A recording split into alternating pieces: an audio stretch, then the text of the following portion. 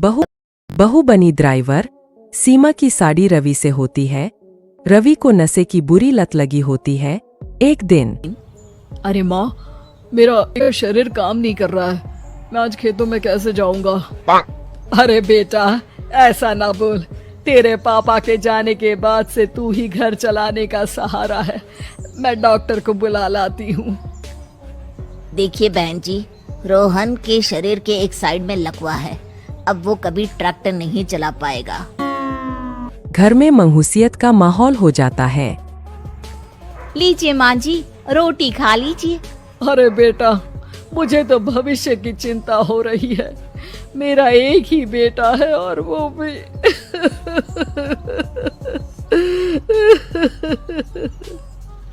माँ जी, आप चिंता न करें।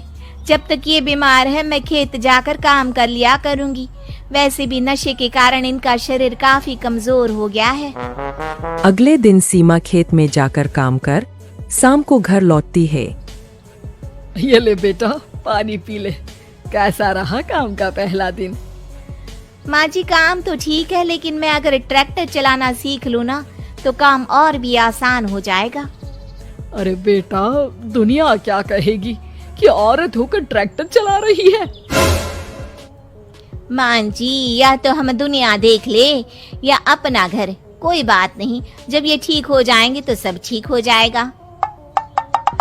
अरे बहू, जरा बाहर तो आना। जी माँ जी। बहू, तेरे मामा जी आए हैं, तूने बुलाया था ना? हाँ माँ जी, वो मामा जी ना आज से मुझे ट्रैक्टर चलाना सिखा। सीमा मामाजी से ट्रैक्टर चलाना सीखती है। वो मन लगाकर खेतों में काम करती है। और एक दिन, माँ जी, पता है इस बार पूरे गांव में सबसे ज्यादा फसल का उत्पादन हमारे खेतों में हुआ है। इस साल तो खूब पैसे आएंगे। हाँ। सास खुश नहीं होती है। वो चुपचाप वहाँ से जाने लगती है। तभी सीमा उसे रोक लेती है। क्या हुआ माँ जी, आपको खुशी नहीं हुई? बेटा, आज डॉक्टर साहब बोल रहे थे कि रोहन के ठीक होने के लिए 5 लाख रुपए की जरूरत है। समझ नहीं आ रहा क्या करूं।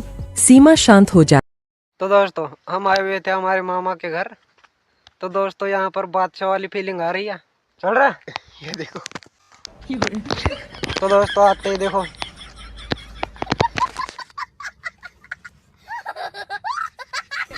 मौसम तो ऐसा लग रहा है दिल गार्डन गार्डन हो रहा है। बहुत मजा आ रहा है यहाँ।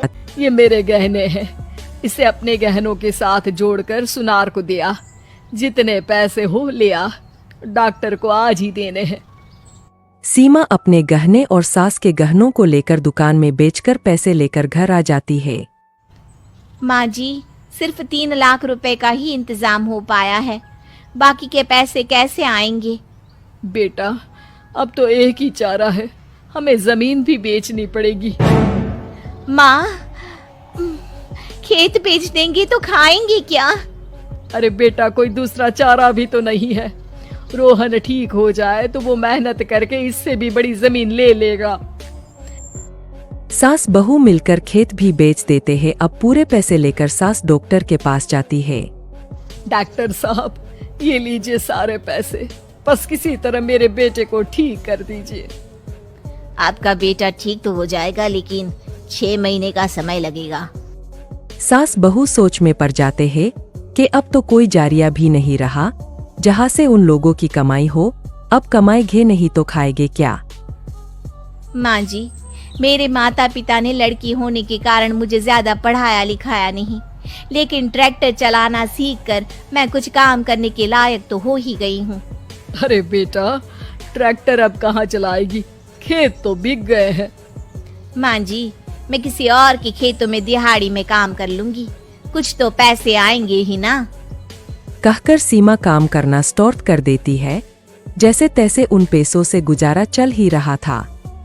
माँ जी, पास के अस्पताल से मुझे नौकरी के लिए ऑफर आया है। पैसे भी ये 4 गुना ज्यादा मिलेंगे और अब खाने पीने दवाई के साथ हम कुछ पैसे भविष्य के लिए भी जोड़ पाएंगे। लेकिन काम क्या है बहू? माँ जी, मुझे अस्पताल की एम्बुलेंस चलानी है। अरे, तू तो मेरी बहू नहीं बेटा है। बेटा, जरूर जा बेटा, और हाँ, तूने पूरे गांव में एक मिसाल कायम कर दिया कि हर काम हर कोई कर सकता है। उनके लिए लड़की या लड़का होने की कोई जरूरत नहीं। सीमा मन लगाकर काम करना शुरू कर देती है। आगे जाकर